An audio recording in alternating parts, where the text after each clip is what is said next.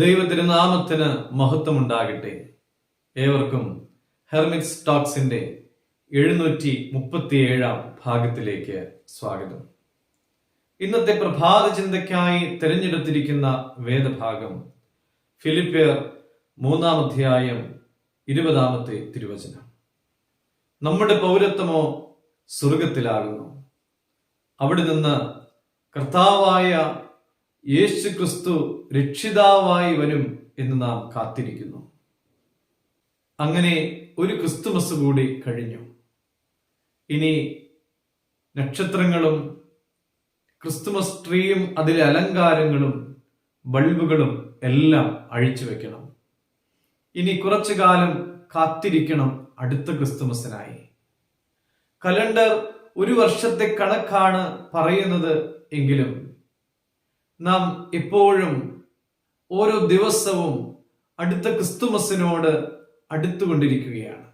ക്രിസ്തുമസിന്റെ താൽക്കാലിക ആഘോഷങ്ങളെക്കാൾ വളരെയേറെ പ്രധാനപ്പെട്ടതാണ് അതിന്റെ പിന്നിലുള്ളതായ ആത്മീയ സത്യം.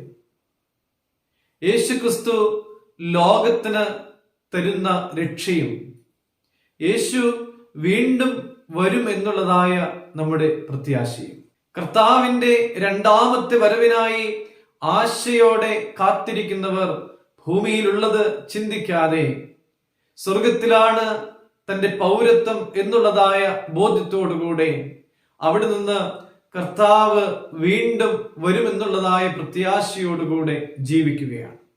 മറ്റൊരു ക്രിസ്തുമസിനായി നമ്മൾ കാത്തിരിക്കുന്നത് പോലെ ഓരോ ദിവസവും കർത്താവിന്റെ രണ്ടാമത്തെ വരവിനോട് നമ്മൾ കൂടുതലായി അടുക്കുന്നു എന്നുള്ളതായ ഒരു ബോധ്യത്തിൽ നിന്നുകൊണ്ട് നമ്മുടെ ജീവിത ശൈലിയെയും ജീവിത രീതിയെയും ഒക്കെ ക്രമീകരിച്ചുകൊണ്ട് ജീവിക്കുവാൻ നമുക്ക് സാധിക്കണം.